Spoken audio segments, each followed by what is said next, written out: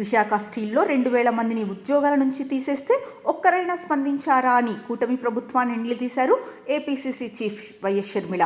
BJP party విభజన హామీలన్నీ తుంగలో తొక్కిందని విమర్శించారు. 10 సంవత్సరాలుగా బీజేపీ పార్టీ విశాఖ స్టీల్కు ఎన్ని రకాలుగా ఆటంకాలు కష్టాలు సృష్టించిందో, దీంట్లో ఎంత కుట్ర దాగి ఉందో ఎవరికైనా అర్థమవుతుందన్నారు. నిన్నటి రోజున విశాఖపట్నంలో విశాఖ స్టీల్స్ దగ్గర ఆ కార్మికులని, కాంట్రాక్ట్ ఉద్యోగస్తులని 2000 మందిని తొలగించినందుకు ఒక ప్రొసీజరు, ఓ పద్ధతి లేకుండా ఆ కారణంగా 2000 మందిని ఉద్యోగాల నుంచి తొలగించినందుకు నేను అక్కడ ఆమరణ దీక్ష చేస్తానని కూర్చుంటే రాత్రికి పోలీసులు మమ్మల్ని లిఫ్ట్ చేయడం జరిగింది. ఎందుకని అడుగుతున్నాం? ప్రజాస్వామ్యంలో డెమోక్రటిక్గా, పీస్ఫుల్గా ప్రొటెస్ట్ చేసే అవకాశం ఈ రాష్ట్రంలో ప్రతిపక్షాలకు, ప్రజలకు ఉందా లేదా? కూటమి సర్కార్ బదులివ్వాలి. అసలు మేము ఎందుకోసం చేశాం? మా కోసం చేశామా? మా హక్కుల కోసం చేశామా? మేము చేసింది అక్కడ విశాఖ స్టీల్లో కార్మికులకు అన్యాయం జరుగుతుంది. 2000 మందిని ఉద్యోగంలో నుంచి 3 నెలల్లో తీసివేయటం జరిగింది. ఇది అన్యాయం అవునా కాదా అని ప్రశ్నించడం తప్ప. కనీసం 2000 మందిని ఉద్యోగాల నుంచి తీసేస్తే అది చంద్రబాబు గారి నోటీస్లోనైనా,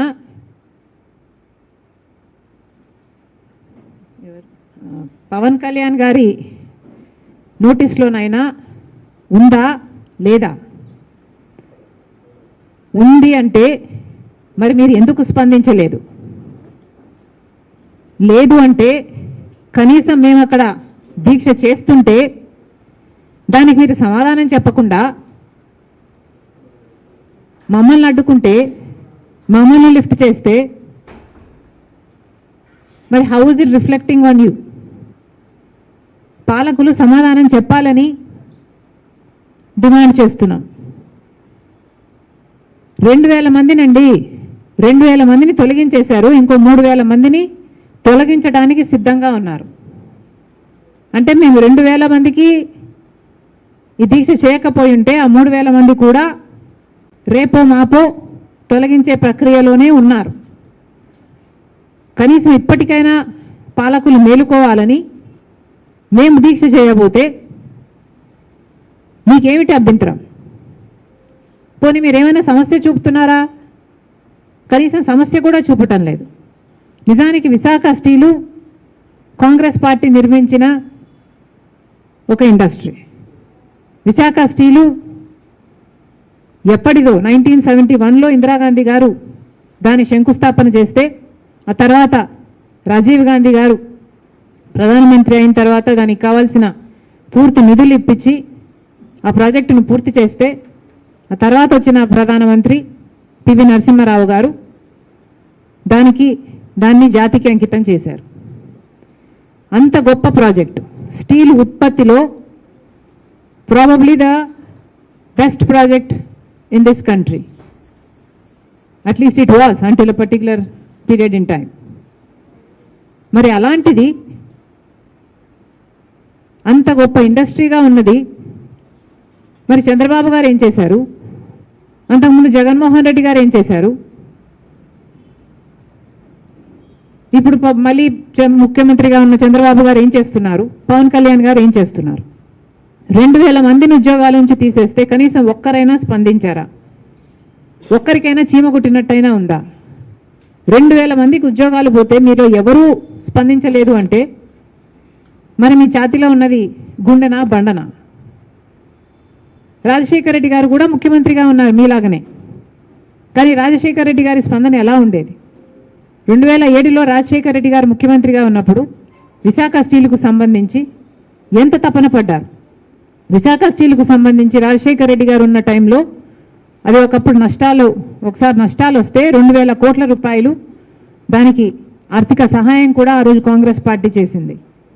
అంతేకాకుండా 4,000 మందికి భూములు ఇచ్చిన వాళ్ళకి ఇంకా ఉద్యోగాలు రాలేదని 4,000 మందికి రాజశేఖర రెడ్డి గారు ముఖ్యమంత్రిగా ఉద్యోగాలు ఇప్పించారు. 4,000 మందికి రాజశేఖర రెడ్డి గారు ఉద్యోగాలు ఇప్పిస్తే ఈరోజు 2,000 మందికి ఉద్యోగాలు తీసేస్తే ఏ ఒక్క ముఖ్యమంత్రి అయినా స్పందిస్తున్నాడేమో చూడండి. రాజశేఖర రెడ్డి గారు ముఖ్యమంత్రిగా ఉన్నప్పుడు దీనికి క్యాప్టివ్ మైన్ కావాలి అని ఒక మైన్ ఐడెంటిఫై చేసి ఒక ట్రైపార్టీ అగ్రిమెంట్ కూడా చేశారు. ఆయన ముఖ్యమంత్రిగా కొనసాగున్నా లేకపోతే బ్రతికున్నా అది కూడా అయిపోయేది. విశాఖ స్టీల్కి ఒక క్యాప్టివ్ మైన్ కూడా ఏర్పడేది. కానీ దురదృష్టవశాత్తు రాజశేఖర రెడ్డి గారు వెళ్ళిపోయారు. ఆ తర్వాత పట్టించుకున్న నాదుడే లేడు. 2014లో కాంగ్రెస్ పార్టీ అధికారం కోల్పోయింది, బీజేపీ పార్టీ అధికారంలోకి వచ్చింది. అప్పటి నుంచి మొదలయ్యాయి విశాఖ స్టీల్కు కష్టాలు. క్రమేణా బీజేపీ పార్టీ కొత్త రాష్ట్రం అని కూడా చూడకుండా, ఇది కొత్త రాష్ట్రం అని కూడా చూడకుండా, కనీసం కనికరం లేకుండా ఒక్క రకంగా కూడా విశాఖ స్టీల్ని ఆదుకోలేదు. బీజేపీ పార్టీ అన్ని విభజన హామీలన్నీ తుంగలో తొక్కింది. మనకు స్పెషల్ స్టేటస్ గురించి న్యాయం చేయలేదు, పోలవరం గురించి న్యాయం చేయలేదు, రాజధాని గురించి న్యాయం చేయలేదు. కనీసం విశాఖ స్టీల్ ఉన్నదాన్ని పరిరక్షించడంలో కూడా బీజేపీ పార్టీ విఫలమైంది. ఈ 10 సంవత్సరాల్లో బీజేపీ పార్టీ ఎన్ని రకాలుగా దీనికి కష్టాలు సృష్టించింది అంటే దీంట్లో కుట్ర ఉంది అని ఏ చిన్నపిల్లాడికైనా అర్థమైపోతుంది. ఒక కుట్రతో బీజేపీ పార్టీ విశాఖ స్టీల్కున్న భూముల్ని అమ్ముకోవాలి, అది కూడా అదాని జిందాల్ లాంటి వాళ్ళకు అమ్ముకోవాలి అన్న కుట్రతో పథకం ప్రకారమే సైలెంట్ కిల్లింగ్ చేసింది విశాఖ స్టీల్ని. ఒక్కొక్క రకంగా విశాఖ స్టీల్ని నాశనం చేసుకుంటూ వచ్చింది. రా మెటీరియల్ కావాల్సి ఉంటే సగానికి సగం రా మెటీరియల్ రాకుండా చేసింది. ఒక్క రకంగా కూడా ఆదుకోలేదు. ఎన్ఎండిసి కాస్ట్ను కూడా, రా మెటీరియల్ కాస్ట్ను కూడా పెంచేశారు. దాంతో ఇంకా ప్రొడక్షన్ దెబ్బతింది. రా మెటీరియల్ లేక కాస్ట్ ఆఫ్ ప్రొడక్షన్ ఎక్కువైపోయి కనీసం విశాఖ స్టీల్కు సంబంధించి పవర్ ఉత్పత్తికి కావాల్సిన బొగ్గు సరఫరాలో కూడా ఒక రకంగా కూడా మేలు చేయలేదు, ఆటంకాలే సృష్టించారు. ఆఖరికి విశాఖ స్టీల్కు సంబంధించి వాళ్ళకు ట్రాన్స్పోర్టేషన్కి కావాల్సిన పోర్ట్ ఫెసిలిటీ కూడా ఇంతకుముందు గంగవరం పోర్టు తక్కువ ధరకే ఆ లాజిస్టిక్స్ వర్కౌట్ అయ్యేది. జగన్మోహన్ రెడ్డి గారి పుణ్యమా అని ఆ పోర్టు కాస్త అదాని గారికి కట్టబెట్టారు. రాజశేఖర రెడ్డి గారి కొడుకై ఉండి రాజశేఖర రెడ్డి గారు 30 ఏళ్లలో ఆ పోర్టు మళ్ళీ ప్రభుత్వం చేతికి రావాలి అని తలంచితే దాంట్లో 20 ఏళ్ళు అయ్యేపోయింది. ఇంకో 10 ఏళ్ళు ఉంటే ఆ పోర్టు ప్రభుత్వం చేతుల్లోకి వచ్చేది. అలాంటి పోర్టుని 9,000 కోట్లు విలువ చేసేదాన్ని 600 కోట్లకే జగన్మోహన్ రెడ్డి గారు అదానికి కట్టబెట్టేశారు. ఇప్పుడు అదాని పోర్టులో విశాఖ స్టీల్కు సంబంధించి వాళ్ళు ట్రాన్స్పోర్టేషన్కి కావాల్సింది దాదాపు డబుల్ ఛార్జ్ చేస్తున్నారు. అడిగేవాడు ఎవడైనా ఉన్నాడా? పట్టించుకునేవాడు ఎవడైనా ఉన్నాడా? క్రమంగా ఒక్కొక్కటిగా బీజేపీ ప్రభుత్వం కావాలని విశాఖ స్టీల్ని కుంటిదాన్ని చేసింది, అవిటిదాన్ని చేసింది. ఒక్కొక్క రకంగా హ్యాండిక్యాప్ చేసుకుంటూ పోయింది. ఒక కుక్కను చంపాలంటే అది పిచ్చిది అయిన ప్రచారం పుట్టిస్తే చాలు అన్నట్టుగా ఇది ఒక లాస్ మేకింగ్ కంపెనీ, దీనికి హోప్ లేదు అన్న రీతిలో దీన్ని తయారు చేయడానికి క్రమేణా ఒక పథకం ప్రకారమే ఇది చేయడం జరిగింది. పోనీ మన నాయకులు ఇక్కడ ఏమైనా చేస్తున్నారా అంటే ఒక్కడు కూడా ప్రశ్నించేవాడు లేడు. మొన్నటికి మొన్న 11,000 కోట్ల రూపాయలు గ్రాంట్గా ఇచ్చినట్టుంది కేంద్ర ప్రభుత్వం. 11,000 కోట్ల రూపాయలు ఇస్తామని చెప్పి 8,000 కోట్ల రూపాయలు ఇచ్చారు. 8,000 కోట్ల రూపాయలు నేరుగా విశాఖ స్టీల్కి వచ్చిందట. ఒక అర్ధగంట మాత్రమే అకౌంట్లో ఉంది. నేరుగా రుణాలు చెల్లించడానికి, అప్పులు చెల్లించడానికి వెళ్ళిపోయిందట. మరి ఎందుకు ఇచ్చినట్టు? అప్పులు చెల్లిస్తున్నామని మాట చెప్తే సరిపోయేది కదా. ఇవ్వడం ఏంటి, ఒక చేత్తో మళ్ళీ ఇంకో చేత్తో తీసుకోవడం ఏమిటి? ఏదైనా ప్లాంట్కు సహాయం చేస్తున్నాము, మేము డబ్బులు ఇస్తున్నాము, 11,000 కోట్ల రూపాయలని పెద్ద పెద్ద పండగలు చేసుకొని పెద్ద పెద్ద అడ్వర్టైజ్మెంట్లు చేసుకొని ఇచ్చారే, కనీసం ఆ ప్లాంట్ రా మెటీరియల్గా డబ్బు వాడారా? కనీసం ఆ ప్లాంట్ ఎక్స్పాన్షన్గా డబ్బు వాడారా? కనీసం ఆ ప్లాంట్ 6 నెలలుగా జీతాలు ఇవ్వటం లేదా ఎంప్లాయీస్కి? కనీసం ఆ జీతాలు ఇవ్వడానికైనా వాడారా? దేనికి వాడారా డబ్బు? దేనికి వాడలేదు. ఒక చేత్తో ఇచ్చారు, ఇంకో చేత్తో తీసుకున్నారు. కేవలం అర్ధగంట మాత్రమే ఉందంట విశాఖ స్టీల్ అకౌంట్లో ఆ డబ్బు. మరి పాలిటిక్స్ కాకపోతే ఏమనాలి దీన్ని? అతి తెలివి కాకపోతే ఏమిటిది? ఇంకో 3,000 కోట్లు బ్యాలెన్స్ ఉంది, దానికి కూడా కండిషన్ పెట్టారట. 11,000 కోట్ల రూపాయలలో 8,000 కోట్లు ఇచ్చేసాము, బ్యాలెన్స్ ఉన్నది 3,000 కోట్ల రూపాయలు. ఆ 3,000 కోట్ల రూపాయలు కూడా మీరు ఎంప్లాయీస్ను తగ్గించకపోతే ఈ 3,000 కోట్ల రూపాయలు ఇవ్వము అన్న కండిషన్ పెట్టారట. కాబట్టి 2,000 మందిని ఆల్రెడీ తొలగించేశారు, ఇంకో 3,000 మందిని కూడా తొలగించాలి అన్న కండిషన్ ఉంది అని ఆ జేఏసీ వాళ్లకు చెప్పేశారు. అంటే ఆ 3,000 కోట్ల రూపాయలు కూడా రావాలి అంటే ఈ 5,000 మందికి ఉద్యోగాలు ఊడాలి. ఏమిటండి ఇది? అన్యాయం కాదా? అమానుషం కాదా? ఎవరికి ఏమీ అనిపించటం లేదా? అసలు ఎవరండి ఈ ఉద్యోగస్తులు? ఆ విశాఖ స్టీల్ కోసం భూములు ఇచ్చిన వాళ్ళు. ఆ విశాఖ స్టీల్ ఈరోజు ఉంది అంటే వీళ్ళు త్యాగాలు చేస్తే ఆ భూములు ఇచ్చిన వాళ్ళే ఉద్యోగస్తులుగా ఉన్నారు. ఒకప్పుడేమో 24,000 మంది 20,000 మంది పర్మనెంట్ రెగ్యులర్ ఉద్యోగంలో, ఇంకొక 14,000 మంది కాంట్రాక్ట్ ఉద్యోగస్తులుగా ఉంటే, అంటే 34,000 మందికి కడుపు నింపే ప్రాజెక్టుగా ఇది ఉంది అంటే వాళ్ళ కుటుంబాలకు కూడా అంతమంది ఎంప్లాయీస్ 34,000 మంది ఉంటే, ఈ సంవత్సరం బిగినింగ్కి కేవలం 23,000 ఎంప్లాయీస్కి దానికి కుదించేశారు. ఇప్పుడు అది కూడా సరిపోదు అన్నట్టు 2,000 మందిని తీసేశారు, ఇంకో 3,000 మందిని తీస్తారట, ఇంకో 2,000 మందిని రెగ్యులర్ ఉద్యోగస్తులకి కూడా ప్రెజర్ పెట్టి విఆర్ఎస్ ఇచ్చి పంపించేయాలన్నది అజెండా అంట. అంటే 34,000 మంది పనిచేసిన ఒక కర్మాగారంలో eventually by the end of this year కనీసం సగం కూడా ఉండరు. 16,000 మందికి దానికి తీసుకురావాలి అన్నది వీళ్ళ టార్గెట్గా కనిపిస్తుంది. ఇది అన్యాయం కాదా? ఇది అక్రమం కాదా? అసలు ఒక పద్ధతి లేదు, ఒక ప్రొసీజర్ లేదు. ఏది ఎవరిని పడితే వాళ్ళని ఎందుకు తీస్తున్నారు అని అడిగితే దానికి ఆన్సర్ లేదు. ఇప్పుడేమో 45 సంవత్సరాలు నిండిన వాళ్ళందరినీ మెడికల్ టెస్ట్ చేయించుకోమంటున్నారట.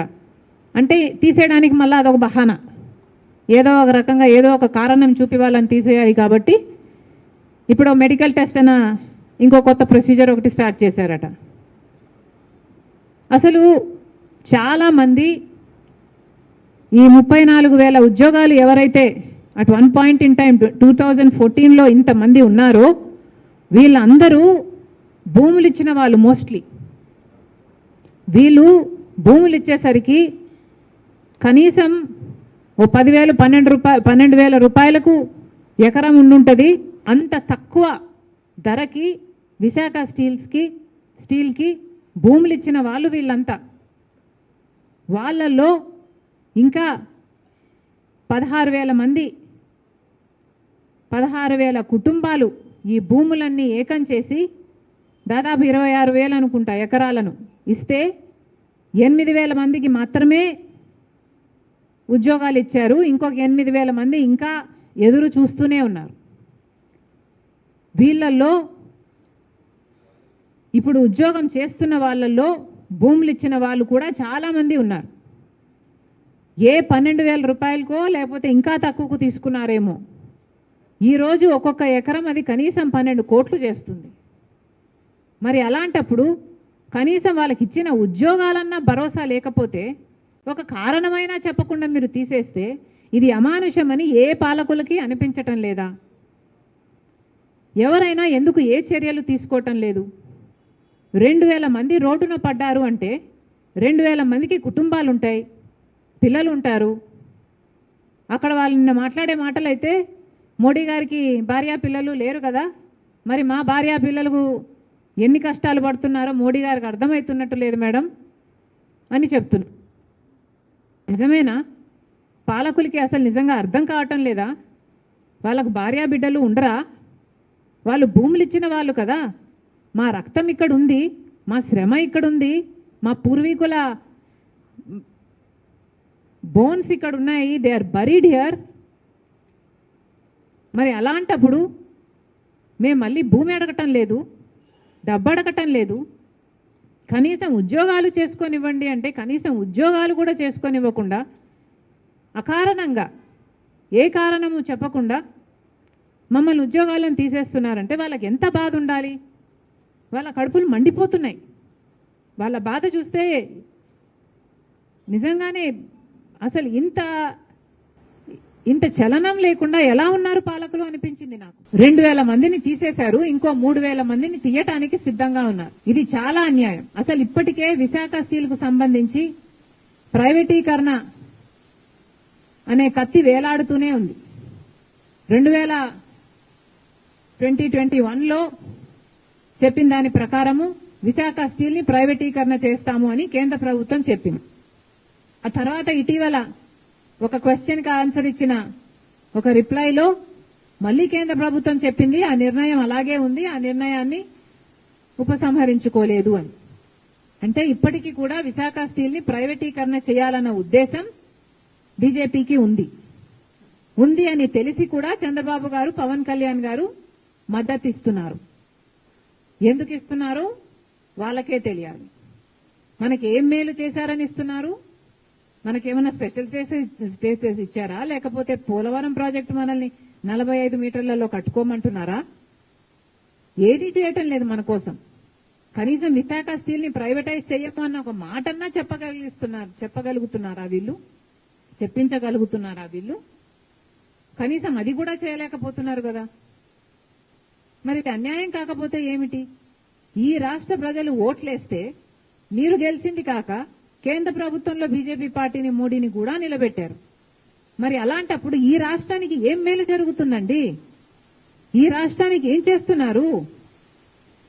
ఈ రాష్ట్రానికి జరగాల్సిన మేలులు గత 10 సంవత్సరాలు చేయకపోగా 10 సంవత్సరాలుగా మీరు వెన్నుపోటు పొడుస్తూనే ఉండి ఇప్పటికీ కూడా ప్రైవేటైజ్ చేస్తాము విశాఖ స్టీల్ ను అని ఆ స్టేట్మెంట్ ను విత్డ్రా చేసుకోవడం లేదు అంటే ఇది ఎంత అన్యాయం? మళ్లీ చెప్తున్నాం, ఇది కాంగ్రెస్ పార్టీ స్థాపించిన కర్మాగారం. దీన్ని ప్రైవేటైజ్ చేయడానికి కాంగ్రెస్ పార్టీ ఒప్పుకోదు. అవసరమైతే ప్రాణ త్యాగం చేసైనా సరే దీన్ని ఆపుతాం. ఇప్పటికైతే మా దీక్షను మీరు ఆపగలిగారేమో, కానీ ఇంకా ఏ ఒక్క అడుగు విశాఖ స్టీల్ కు వ్యతిరేకంగా, ఆ ఎంప్లాయీస్ కు వ్యతిరేకంగా, ఆ స్టీల్ ప్లాంట్ కు వ్యతిరేకంగా కూటమి సర్కారు వేసిన పరిణామాలు చాలా తీవ్రంగా ఉంటాయని హెచ్చరిస్తున్నాం. మళ్లీ చెప్తున్నాం, 2,000 మందిని మీరు అకారణంగా తొలగించారు. వాళ్ళందరినీ మళ్లీ విధుల్లోకి తీసుకోండి.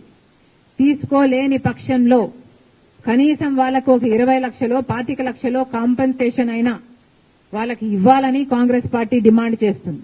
ఎందుకంటే వాళ్ళు భూములు ఇచ్చిన వాళ్ళు చాలా మంది ఉన్నారు. వాళ్ళు భూములు ఇచ్చిన వాళ్ళు కాబట్టి ఈరోజు కనీసం అక్కడ ఎక్కడ 12 కోట్లు చేస్తుంది కాబట్టి వాళ్ళకి కనీసం మీరు కాంపెన్సేషన్ ఇవ్వకుండా తీయటానికి వీల్లేదు. విశాఖ స్టీల్ ని ప్రైవేటైజ్ చేయబోము అన్న స్టేట్మెంట్ కేంద్ర ప్రభుత్వం ఇవ్వాలి. అలా ఇచ్చేటట్టు చంద్రబాబు గారు, పవన్ కళ్యాణ్ గారు ఒత్తిడి తేవాలి. ఇది కూడా కాంగ్రెస్ పార్టీ డిమాండ్ చేస్తుంది. విశాఖ స్టీల్ కు క్యాప్టివ్ మైన్స్ చాలా అవసరం. వీలైనంత తొందరలో ఐడెంటిఫై చేసి క్యాప్టివ్ మైన్ ఇవ్వాలని డిమాండ్ చేస్తున్నాం. పక్కన మిట్టల్ వాళ్ళకి ఆ ప్రాజెక్ట్ రావడానికి చంద్రబాబు గారు చాలా సహకరిస్తున్నారు. దయచేసి కొంచెం ధ్యాస ఇక్కడ కూడా పెట్టమని డిమాండ్ చేస్తున్నాం. దీనికి కూడా క్యాప్టివ్ మైన్ అవసరం ఉంది. క్యాప్టివ్ మైన్ ఇవ్వడంతో పాటు విశాఖ స్టీల్ ని సెయిల్లో విలీనం చేయాలని కూడా కాంగ్రెస్ పార్టీ డిమాండ్ చేస్తుంది.